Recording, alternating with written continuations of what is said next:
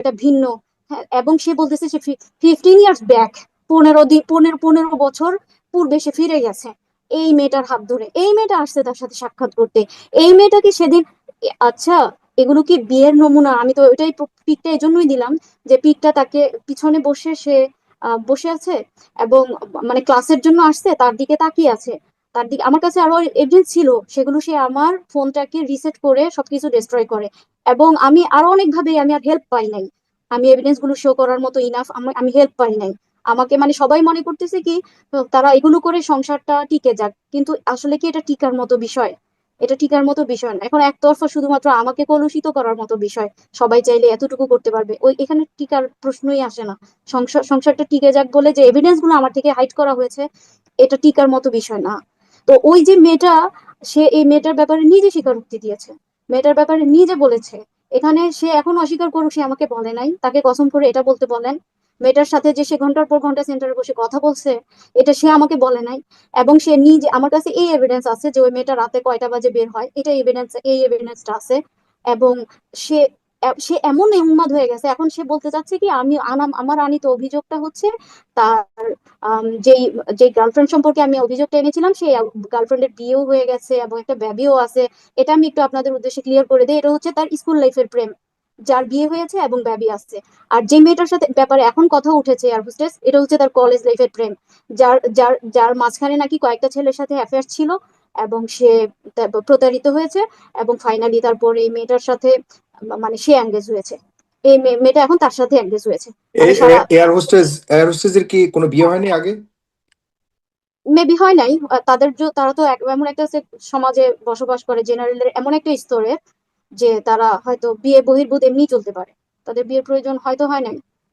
ওই যে সে আচ্ছা, নিজে বলছে যে দুইটা ছেলের সাথে এরকম আরো কয়েকজন ছেলের সাথে তার অ্যাফেয়ার ছিল, সে এখন কিন্তু ব্রোকেন। সেন্টারে আর রাত রাত পর্যন্ত থাকে, তো তার তো সেন্টারে রাত পর্যন্ত থাকার কোনো কারণও থাকতে পারে, তার এডুকেশনাল কোনো না আহ, না, সে নিজে বলছে আমাকে, আমার তো ওটা কি কারণটা একা কেউ একাই জানে না। একা একাই সেন্টার কি একা একাই শুধুমাত্র ওই মেয়ের সাথেই, ওই মেয়ে এত রাত পর্যন্ত থাকে নাকি অন্যান্য ওই স্টুডেন্টসরাও থাকে? প্রতিদিন তো না, ওই একদিনের এভিডেন্স আমি জানি যে সে ওই দিন রাতে 11টা পর্যন্ত তার সাথে ছিল। এমনিতে সে কথা বলে সেন্টারে বসে বসে কমফোর্টেবলি, রাতের 2টা 3টা অবধি কখনো কখনো যে থাকছে।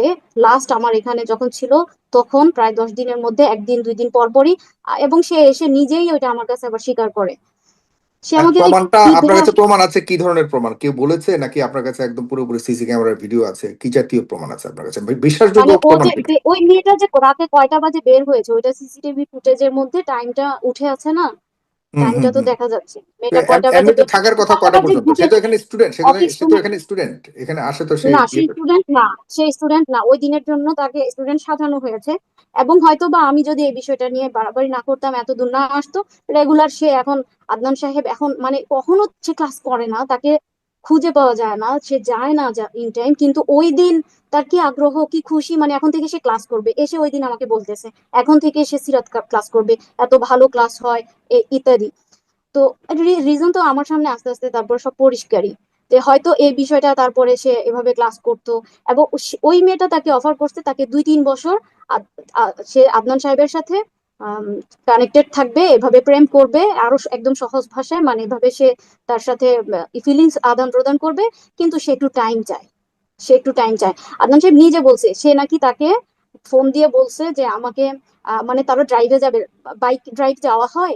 ওই মেয়েটা নাকি তাকে এটা প্রশ্ন করছে বাইক ড্রাইভ যাওয়া হয়। দেন আদনান সাহেব আবার প্রশ্ন উত্তর দিছে যে আমি তো এখন আর বাইক ড্রাইভ করি না, আমার এখন কার আছে। মানে কারে তারা ড্রাইভে যাবে, চিন্তা করছেন? আচ্ছা, তো মানে তাদের মানে সে আর কি আদনান সাহেবের সাথে এভাবে মানে প্ল্যান গোছাচ্ছে। এবং সে নাকি জিজ্ঞেস করছে আমার তো যেহেতু এখন ওয়াইফ আছে, বেবি আছে এতগুলো, আমরা কিভাবে এভাবে সম্পর্কটা সামনে কন্টিনিউ করব বা আমরা কিভাবে একসাথে চলবো। এগুলো আমি তার সাথে ওই যে বললাম না যে আচ্ছা ঠিক আছে যান, যখন সে আমাকে ব্ল্যাকমেল করে এবং ওই যে খুব ফায়ার হয়ে যায়। এবং আমি তো তখন বললাম যে আচ্ছা যাও, যা ইচ্ছা করো। কিন্তু আমি বুঝতেছি যে আমি আমার হার্ট, আমার কলিজাটা ফেটে যাচ্ছে, আমি পারবো না, আমি পারবো না। তোমরা কিভাবে গোছাইছো বলো তো, কিভাবে চলবা, কিভাবে থাকবা? তখন সে বলে যে আহ ওই মেয়েটার সাথে কথা হয়েছে যে সে 2-3 বছর টাইম চায়, সে একটু বুঝবে। এবং কখনো তার ওই এই মেয়ের সামনে, সে যখন ওয়াইফ হবে তার সামনে কখনো আমাকে, বেবিদেরকে কখনো শো করা যাবে না, এটা তার ডিমান্ড, এটা তার রিকোয়ারমেন্ট মানে তার কাছে এই সম্পর্কের কাছে। এবং মানে তো তুমি এভাবে মানে চিন্তা করছেন তাহলে তারপরেও তারা কিভাবে বলে যে এটা সেই মেয়ে না? কসম করে কিভাবে বললাম না যে এক কথা যে সে উন্মাদ হয়ে গেছে, সে নিজে আমাকে কনফার্ম করছে এটাই সেই মেয়ে, সে আচ্ছা, নিজে এটাই কনফার্ম সেই, করছে। এটা তো কলেজের আপনি যাবেন যে ওয়্যার স্টেজ। আরেকটা কথা বললেন হ্যাঁ, স্কুলের, স্কুলের বন্ধু যেটা একটা ওটা কলেজের, ওইটার এটা হলো বিয়ে হয়ে জামিন হলো গেছে, কলেজের। ওইটার জন্য সে 5-7 দিন না খেয়েছিল। ওই ওই মেয়েটা যে তার স্কুলেরটার লাইফে, জন্য, হ্যাঁ 5-7 দিন সে না খেয়েছিল, সে নিজে এগুলো সব কিছু স্কুলেরটার খবর কি? বর্ণনা দেয় সে নিজে। তার নাকি বিয়ে হয়ে গেছে, বেবি হয়ে গেছে। এখন সে বলতে চায় যে আমি যার অভিযোগ এনেছি, জারিন জেবিন নামে, সে সে ওই মেয়েটা যার বিয়ে হয়ে গেছে। মানে কি দিয়ে শাক দিয়ে মাছ ঢাকবে, কি দিয়ে কি করবে, সে এক কথায় উন্মাদ হয়ে গেছে, উন্মাদ আচ্ছা হয়ে যাক, গেছে। আমরা স্কুল আর কলেজ পর্যন্ত আসছি, ইউনিভার্সিটি পর্যন্ত এখনো যাইনি। আশা হ্যাঁ, করি খুব। ইউনিভার্সিটি লেভেল এবার আসেন, ওই ওই লেভেলেও আছে।